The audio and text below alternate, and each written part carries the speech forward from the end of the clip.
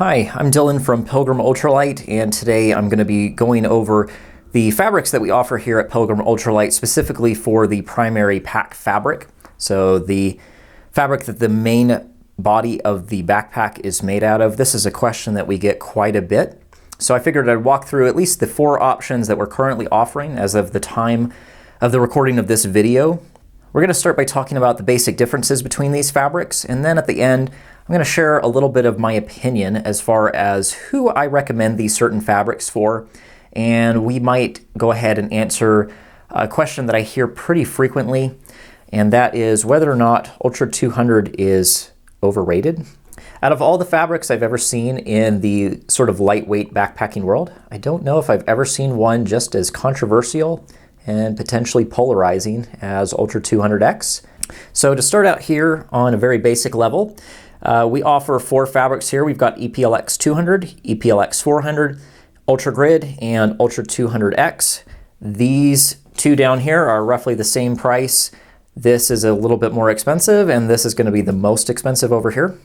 One thing we need to understand is the difference between laminated fabrics and woven fabrics, or non-laminated fabrics. So laminate fabrics are simply what I like to call a sandwich of fabric and materials. So they have a face layer, which in the case of this is a 200 denier polyester, and then there's a reinforcement grid, and then the last layer of the laminate is a plastic film backing, which you can see on the very back where it's shiny.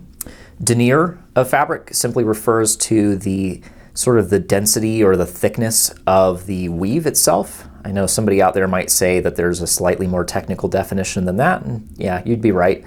However, for our purposes, you can sort of assume that the higher the number of denier, the thicker, the denser, and in some cases, the more durable the fabric is. 3 of the fabrics we offer are 200 denier. That's the EPLX 200, the Ultragrid, and Ultra 200X.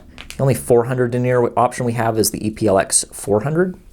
The other style of fabric is, of course, non-laminates or woven, and in this case, the only one of those that we offer is the Ultragrid.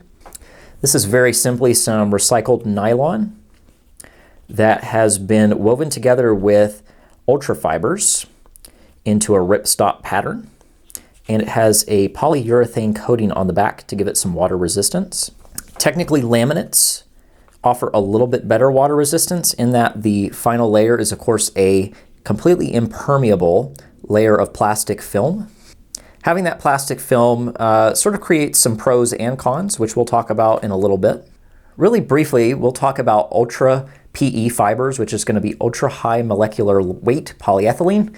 And I don't intend to become too technical or confusing, but very simply, Ultra PE is essentially the strongest type of plastic that is currently available. And in the case of these 2 fabrics, they have those fibers integrated into the makeup of them. So in the case of Ultragrid, these little black strands, those are Ultra PE fibers, which give this fabric really, really excellent durability.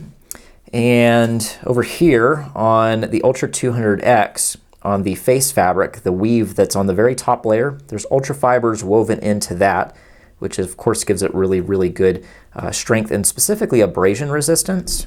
One quick thing I want to clarify is that the EcoPack, the EPLX 200 that we offer, is technically different than what I see a lot of backpack companies using out there, which is EPX 200. These are technically different, even though both are referred to as EcoPack.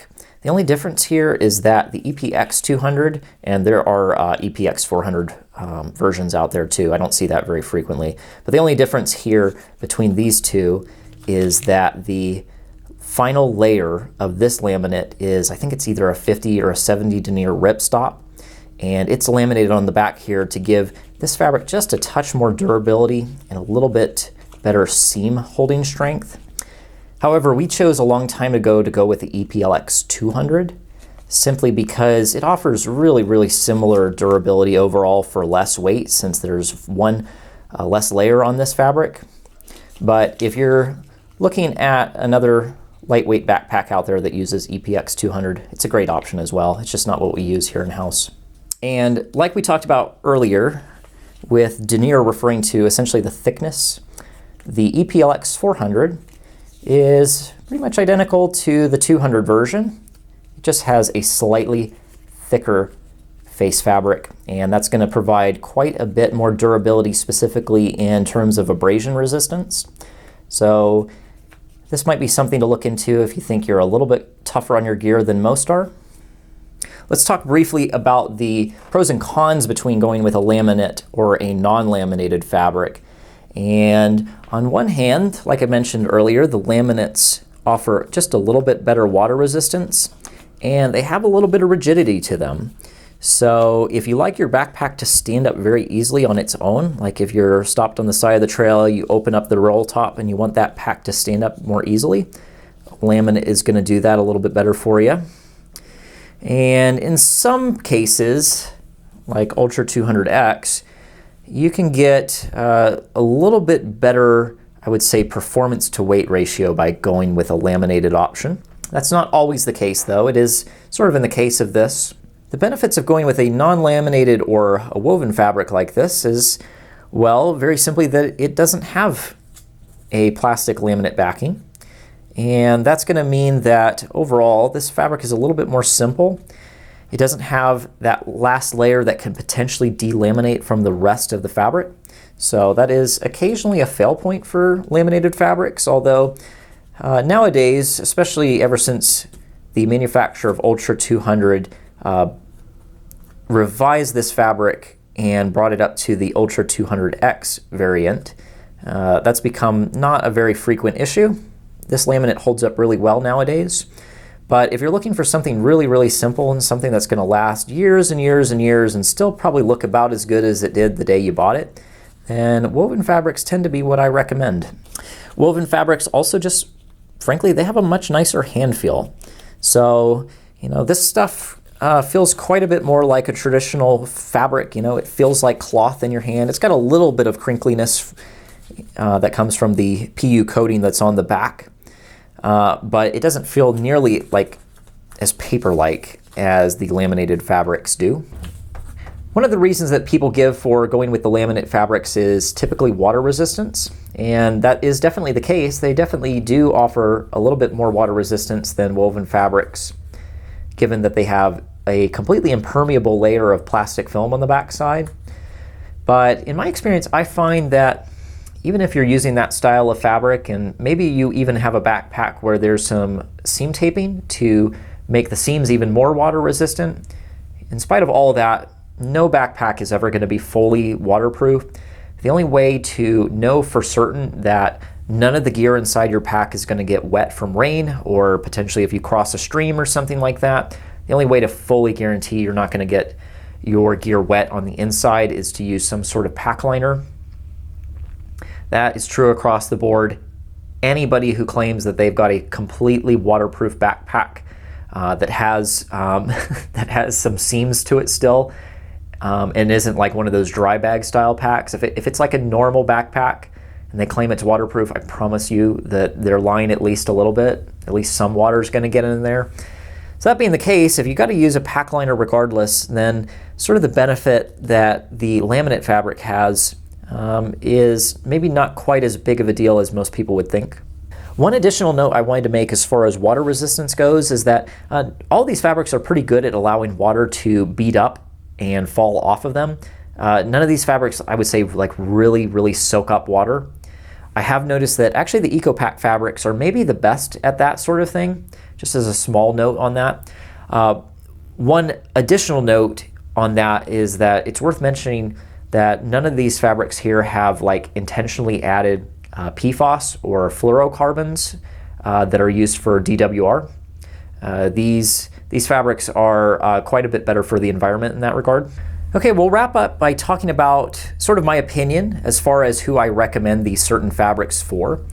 I recommend the EcoPack EPLX 200 specifically for potentially the weekend warrior, maybe the section hiker that doesn't have hugely demanding needs as far as durability goes for their pack, and they want something incredibly lightweight and also really cost effective. I've seen this fabric successfully go thousands of miles and not have any really tremendous failures. That being said, I have seen in some cases people who have done like entire through hikes, like of something like the PCT or AT, and by the end of it, there's definitely some sign of abrasion, and it might not be quite durable enough for somebody who has quite that intense of demands for their gear, but it's still a really, really good cost effective and lightweight option.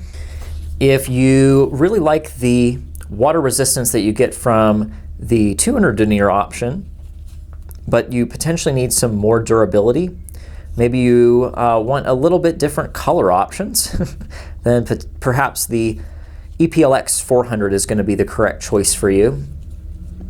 This stuff is also really, really cost effective, very water resistant. It's not going to be as lightweight as the 200 denier option, but what it lacks in lightweightness, it makes up for with really, really excellent durability. So perhaps you're also maybe a weekend warrior or a section hiker, and you think you might be a little tougher on your gear than most people would be, then perhaps EPLX 400 is the right choice for you.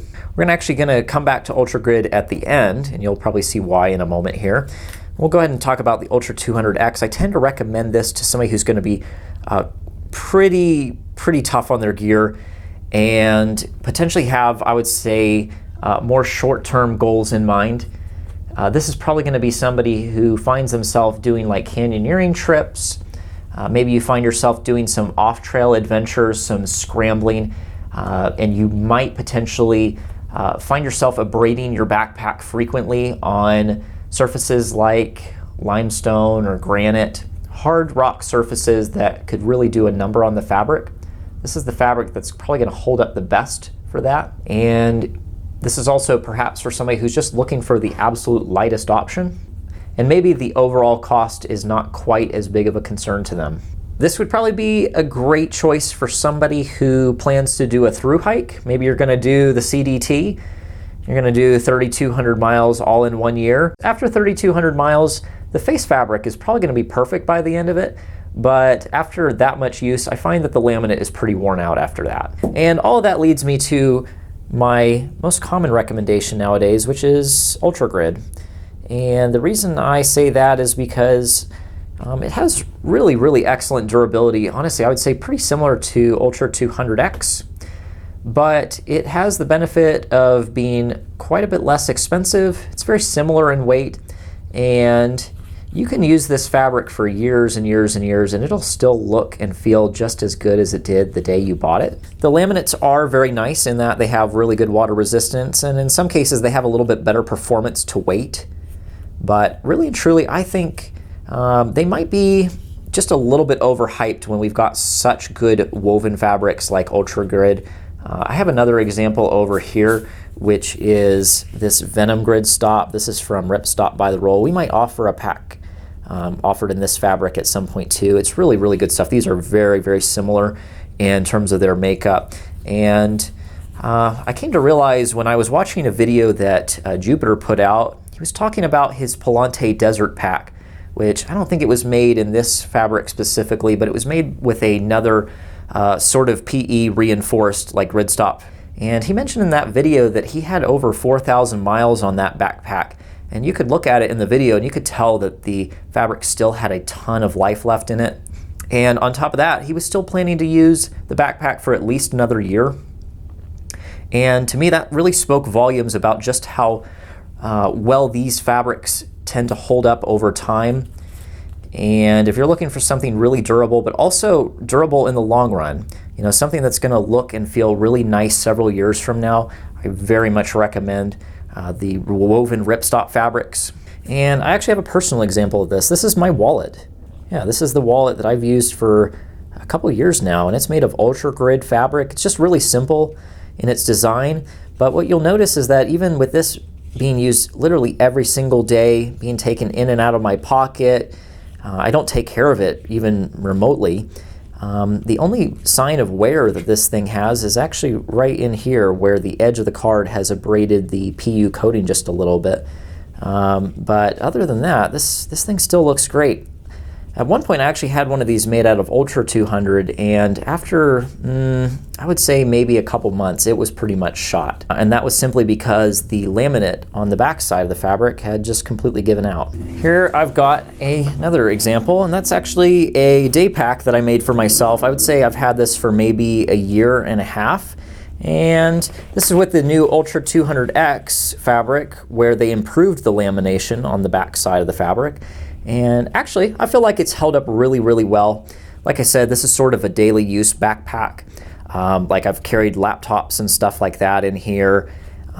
And I've probably been a little bit more hard on this than most people are going to experience with their backpacks, just doing like weekend backpacking trips and that sort of thing. So I feel like overall it's held up really well, but you can see here that in spite of that, the lamination still looks just a little bit tired. And yeah, I fully expect this backpack to last several more years, but at a certain point this lamination will eventually see its last day and it will start to peel off.